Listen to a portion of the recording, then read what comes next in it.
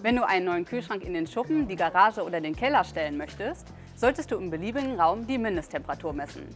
Wenn der Raum nämlich zu kalt ist, funktioniert der Kühlschrank nicht mehr so gut oder sogar gar nicht mehr und werden deine Lebensmittel schlecht. Um die Temperatur zu messen, kannst du das Thermometer im beliebigen Raum aufhängen und an einem kalten Tag messen, wie kalt es ist. Wenn du die Temperatur weißt, kannst du deinen neuen Kühlschrank bestellen.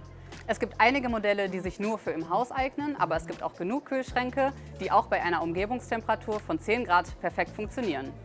Filter auf unserer Website auf die Art von Kühlschrank, die du brauchst, um dir deine Wahl einfacher zu machen.